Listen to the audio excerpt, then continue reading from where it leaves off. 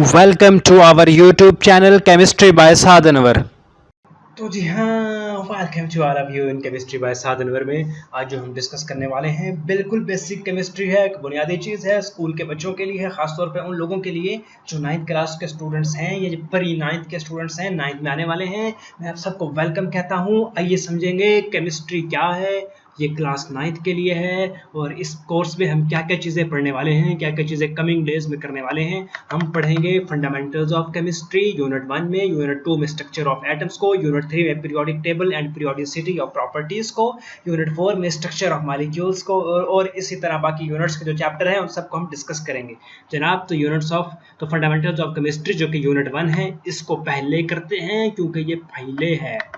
Fundamentals of chemistry में हमने पढ़ना है branches of chemistry, basic definitions, chemical species, Avogadro number and मोल, बहुत ही इंपॉर्टेंट कंसेप्ट, और फिर केमिकल्स कैलकुलेशन। कुछ परेशान नहीं होना, कुछ याद नहीं करना, सर मुझे केमिस्ट्री याद नहीं हो रही, सर मैं क्या करूं। नो नो नो टेंशन, हमारे होते हुए टेंशन नहीं लेनी, सब चीज़ों को समझना है। आइए देखते हैं इंट्रोडक्शन क्या है। भैया इंट्रोडक्शन क्या है?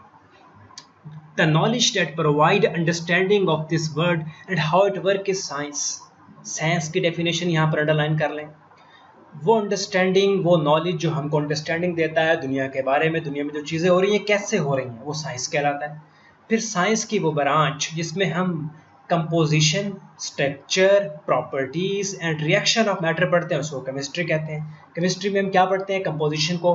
किस चीज़ की कंपोजिशन को? Composition of matter. मैटर क्या होता है? हर वो चीज़ जिसका कोई ना कोई वजन हो, जिसका कोई ना कोई वेट हो, उसको कहते हैं मैटर। ये एक पेन, एक वेट, ये पेन का एक वेट भी है और इसका ये जगह भी घेरता है, तो ये मैटर है। The branch of science which deals with the composition, structure, properties and reaction of matter is called chemistry. फिर the development of science and technology has provided us a lot of facilities in daily life। भैया ज़रा तसव्वुर तो करो, ख्याल तो सोचो। Importance of petrochemical products, जितना भी आपका पेट्रोल है, मोबिलाइल है, जहाज़ों का तेल है, ये ना होता तो जहाज़ कैसे उड़ते, गाड़ियाँ कैसे चलती और मोटरसाइकिल पर आप कैसे भाग कर चले जाते। तो ये सब चीज़ें पेट्रोकेमिकल प्रोडक्ट्स का नतीजा है, उनकी अहमियत को बता रही हैं। मेडिसिन ना होती तो आपके सिर में जो दर्द होता तो उसका आप क्या इलाज करते, कितनी बीमारियों का इलाज हम मेडिसिन से करते हैं। तो इसी तरह ड्रग्स का मतलब वो नशे की दवाई ना समझ लेना, ये मेडिसिन ही है। सोप साबुन ना होता तो आपका रंग कैसे गोरा होता, डिटर्जेंट्स ना होते तो बर्तन कैसे धोते, पेपर ना होते तो इम्तिहान कैसे देते, किसी को ख़त कैसे लिखते हैं, ख़त लिखते हैं ना, अब तो खैर नहीं लिखते। प्लास्टिक ना होता तो बहुत सारी चीज़ें हमारे आजू बाजू में प्लास्टिक की पड़ी हुई हैं। पेंट्स ना होते तो तरह सोचो, दीवार पे कोई पेंट ही ना, ये रंग बिरंगे पेंट जो हम करते हैं। कलर्ड पिगमेंट्स का मतलब है कलर्ड। इंसेक्टिसाइड्स ना होते तो फसलों को कीड़े लग जाते और हमारे पास कोई इलाज ना होता। इंसेक्टिसाइड, पेस्टिसाइड, कीड़े मार अद्वियात, ये सारी क्या हैं? Fruit of efforts of chemist की जो कोशिशें, उनका फल ही तो है। फिर एक बड़ी ही इंपॉर्टेंट बात है कि जो डेवलपमेंट ऑफ केमिकल इंडस्ट्रीज का एक नुकसान भी हुआ। हमारा एटमॉस्फेयर में पोल्यूशन आ गई, हमारे पानी में पोल्यूशन आ गई, तो ये इसका नुकसान है। टॉक्सिक वेस्ट, हमारे इर्द गिर्द जितना वेस्ट मटेरियल है टॉक्सिक है। कॉन्टेमिनेटेड वाटर, हमारा वाटर कॉन्टेमिनेट हो गया। पोल्यूटेड एयर, हमारी हवा आलूदा हो गई।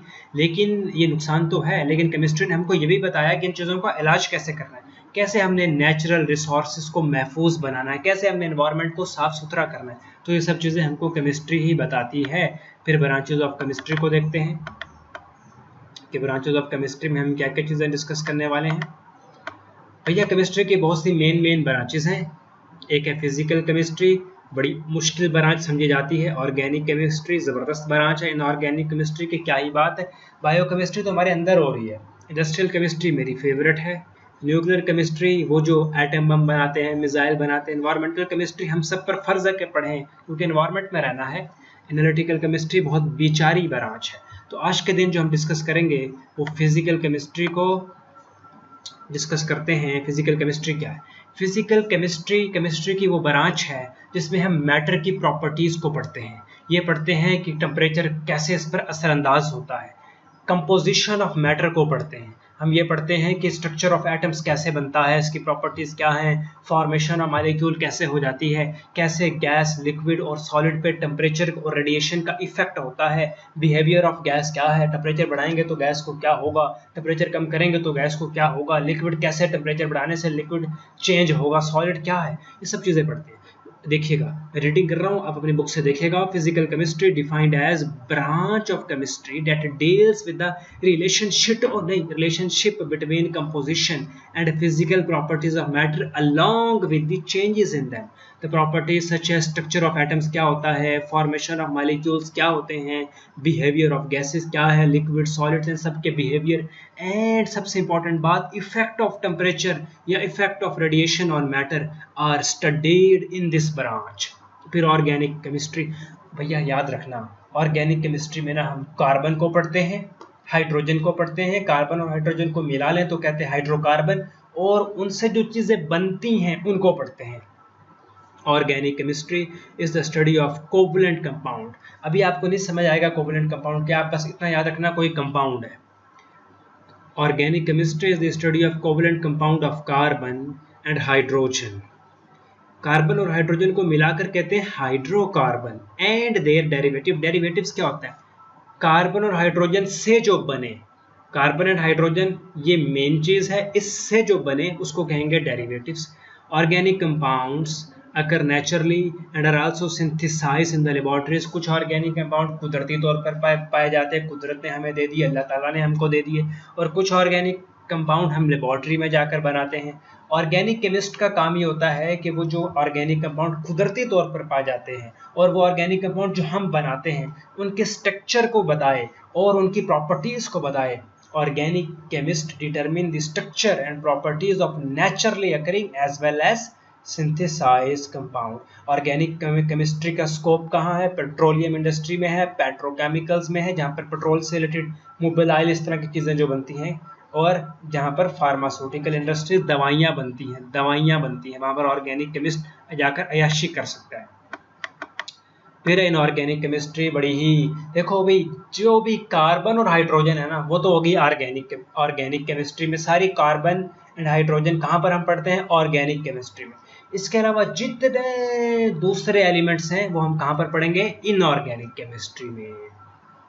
Inorganic chemistry deals with the study of all elements and their compound except those of compounds of carbon and hydrogen. Carbon और हाइड्रोजन के अलावा बाकी सारे हम elements, oxygen, nitrogen, phosphorus, aluminium, magnesium, calcium, sodium, chlorine, सारे elements और उनके compound हम कहाँ पर पढ़ते हैं, इनऑर्गेनिक केमिस्ट्री में। ऑर्गेनिक केमिस्ट्री में दो चीज़ें पढ़ते हैं, एक कार्बन और एक हाइड्रोजन, और इनके डेरिवेटिव्स जो इनसे बने। डेरिवेटिव्स का मतलब क्या होता है भैया, मतलब क्या होता है डेरिवेटिव्स का मतलब, यहाँ पर देखो इसका मतलब होता है जो इनसे बने, ठीक। फिर आ जाओ इनऑर्गेनिक केमिस्ट्री के एप्लीकेशन में, ये ग्लास इंडस्ट्री में यूज़ होती है, सीमेंट इंडस्ट्री में यूज़ होती है, सिरेमिक्स, टाइलें नहीं बनती, टाइलें, फर्श की टाइलें और दीवारों पे टाइलें, मेटल, ये जो इंडस्ट्रीज है इन पे इनऑर्गेनिक केमिस्ट्री जाकर अय्याशी कर सकता है, मतलब नौकरी कर सकता है और चाकरी कर सकता है। मेटलर्जी क्या होती है, मेटलर्जी कहते हैं extraction of metals from ores में से मेटल्स को निकालना, इसको कहते हैं मेटलर्जी। फिर एक डेफिनेशन ज़रा और कर लेते हैं भैया, biochemistry. Biochemistry is the branch of chemistry in which we study structure, composition and chemical reaction of substance found in living organisms। मेरे अंदर जो रिएक्शन चल रहे हैं, मेरे अंदर जो केमिकल सब्सटेंस हैं, मेरे अंदर गुस्से के हार्मोन हैं, मेरे अंदर प्यार के हार्मोन हैं, मेरे अंदर मोहब्बत के हार्मोन हैं, मेरे अंदर जो भी केमिकल हैं उनकी क्या कंपोजिशन है, उनके स्ट्रक्चर क्या है, क्या क्या केमिकल रिएक्शन मेरी बॉडी में हो रहा है, खाना कैसे हजम हो रहा है और खाना कैसे हजम हो रहा है, पानी जाकर क्या करता है, ब्लड कैसे काम करता है, मैं इस यहाँ से जो ऑक्सीजन अंदर लेकर जा रहा हूँ, ऑक्सीजन अंदर जाकर क्या गुल खिलाती है, कार्बन डाइऑक्साइड कैसे बाहर आती है, ये क्या सारे रिएक्शन है, लिविंग ऑर्गेनिज्म से होने वाले सारे रिएक्शन हम पढ़ते हैं बायोकेमिस्ट्री में। दोबारा देखो, it is a branch of chemistry in which we study structure, composition and chemical reaction of substance found in living organism. It cover all the chemical processes taking place in आपके अंदर, मतलब living organism such as synthesis and metabolism of biomolecules like carbohydrates, protein and fats. कैसे carbohydrates, protein and fats बनती है, कैसे ये टूटती है। रोटी, हम रोटी खाते हैं, जो वो हमको कैसे एनर्जी देती है, कैसे कार्बोहाइड्रेट्स, प्रोटीन, फैट्स बनते हैं, टूटते हैं। Biochemistry emerged as a separate discipline, ये एक अलग अलग ब्रांच है। When scientists began to study how living things obtain energy from food and how the fundamental biological changes occur during disease, कैसे बीमारियों में क्या केमिकल रिएक्शन होता है, क्या बीमारी आ जाती है, कैसे बीमारी चली जाती है, कैसे हम फूड से एनर्जी हमको मिलती है, कैसे रोटी खाते हैं, रोटी बंदा खा जाती है, रोटी खाते हैं, पानी पीते हैं, एनर्जी कैसे मिलती है। और क्या खाते हैं हम, दही भल्ले खाने से जो एनर्जी हमको मिलती है, पिज़्ज़ा खाने से जो एनर्जी हमको मिलती है, वो क्या केमिकल रिएक्शन होता है, वो सब हम पढ़ते हैं बायोकेमिस्ट्री में। और जितनी भी डिजीज़ हैं जो हमारी बॉडी में हैं, उनको भी हम बायोकेमिस्ट्री में पढ़ते हैं। Examples of application of biochemistry in the field of medicine, medicine में अगर आप मेडिसिन को अच्छी तरह समझना चाहें तो बायोकेमिस्ट्री आनी चाहिए। फूड साइंस में बायोकेमिस्ट्री यूज़ होती है, एग्रीकल्चर में बायोकेमिस्ट्री यूज़ होती है। तो इस लेक्चर को भैया यहाँ पर एंड करते हैं। जो कुछ ब्रांचेस हैं वो अगली वीडियो में मैं बनाऊंगा। ये वीडियो आपको अच्छी लगी तो मुझे ज़रूर बताएं, अच्छी नहीं लगी तो भी ज़रूर बताएं, और अपने क्लास फेलोस और फ्रेंड्स के साथ इस वीडियो के वर्ड्स को घुमा के मारो। अपने क्लास फेलोस के व्हाट्सएप और फेसबुक ग्रुप में इस वीडियो के लिंक को घुमा के मार दो। अपना बहुत सा ख्याल रखना। अल्लाह हाफिज़।